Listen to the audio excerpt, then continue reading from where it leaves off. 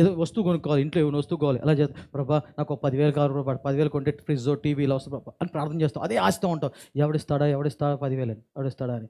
ఎవడో మీ ఇంటికి వచ్చాడు, అమ్మ ఈ టీవీ పెట్టాలనుకున్నా మీ ఇంట్లో అంటే, హే ఉండు ఉండు నేను ప్రార్థన చేస్తున్నాను, 10,000 ప్రభా, 10,000 ప్రభా, 10,000 ప్రభా.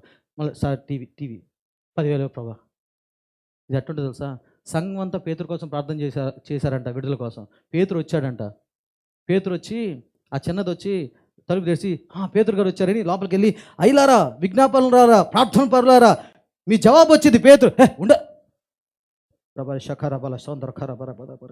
మళ్ళా జవాబు వచ్చింది. పేతురు వచ్చాడు. పేతురే ఎలా మేము దైవ దానంలో ఉన్నాం. ఎట్టుంటుంది అది? మీరు ఎప్పుడు మీకు ఏమైనా కావాలంటే డబ్బుల కోసం ప్రార్థన చేయొద్దు. తిండి కావాలా, డబ్బుల కోసం ప్రార్థన చేయొద్దు, తిండి కోసం ప్రార్థన చేయండి. స్కూల్ ఫీజు కట్టాలా, స్కూల్ ఫీజు కట్టాలని ప్రార్థన చేయండి, డబ్బుల కోసం చేయొద్దు. మీరు అనుకుంటారు అంతెందుకు, మీకు అయ్యా నీకు బిర్యానీ తినాలని ఉంది, ఓకేనా, నీకు 300 ఇచ్చాను, ఓకేనా, నీకు బిర్యానీ పెట్టాల 300 తినన్నా, తింటావా? తినక నీకు ఏం కావాలా? తిండి కావాలా?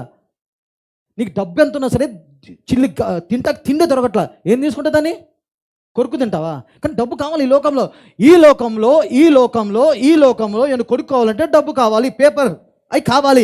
కానీ పరలోకం నుంచి వచ్చే డబ్బు ఎలా ఉంటుందంటే, కొన్నిసార్లు దేవుడు నీకు డబ్బు ఇవ్వచ్చు, కొన్నిసార్లు నీకు కావాల్సిన తిండి, బట్ట, గోడు అవి నీకు ఇవ్వచ్చు. హల్లెలూయా. ఇన్నిస్తాడు దేవుడు. నీకు బిల్లులు కట్టాలి, కొన్నిసార్లు నీకు చేతికి డబ్బులు ఇచ్చి బిల్లు కట్టుకోవచ్చు నువ్వు, కానీ కొన్నిసార్లు నీ బిల్లు ఎవడో కట్టేస్తాడు నీకు.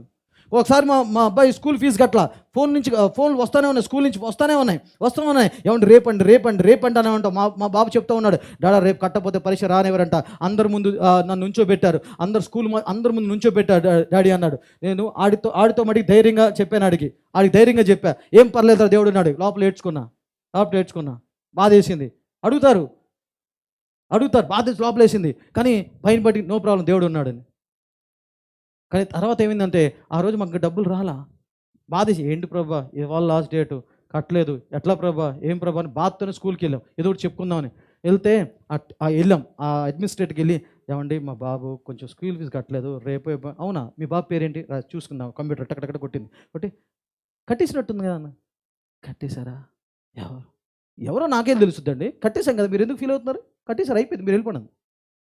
తర్వాత ఎవడెవడు కట్టాడని ఆ స్కూల్లో కొంచెం ఆలోచిస్తున్నాం మేము. ఆలోచిస్తే అక్కడ ఒక టీచర్ ఉంది, ఆ టీచరు మమ్మల్ని చూసి, మీరా దీప్తి గారు, కిరణ్ గారు అని వచ్చింది. ఏమంటే మీకు చెప్పడం, మీకు ఫోన్ చేయడం మీకు ఫోన్ చేశాను, కలవలేదండి మీ ఫోను. ఏంటంటే మనం 2 రోజుల క్రితం నాకు ప్రేరేపణ వచ్చింది, మీ బాబు ఫీజు కట్టేశాను, సరేనా, ఓకే అని వెళ్ళిపోదాం.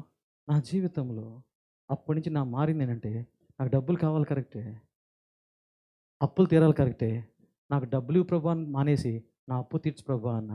ఆ అప్పు ఎలాగైనా తీర్చొచ్చు దేవుడు. చెప్పా కింద సాక్ష్యాలు, ఎవడో ఇచ్చిన అప్పు తీర్చాడు నాకు. అలా చేయండి, అలా ప్రార్థన చేయండి.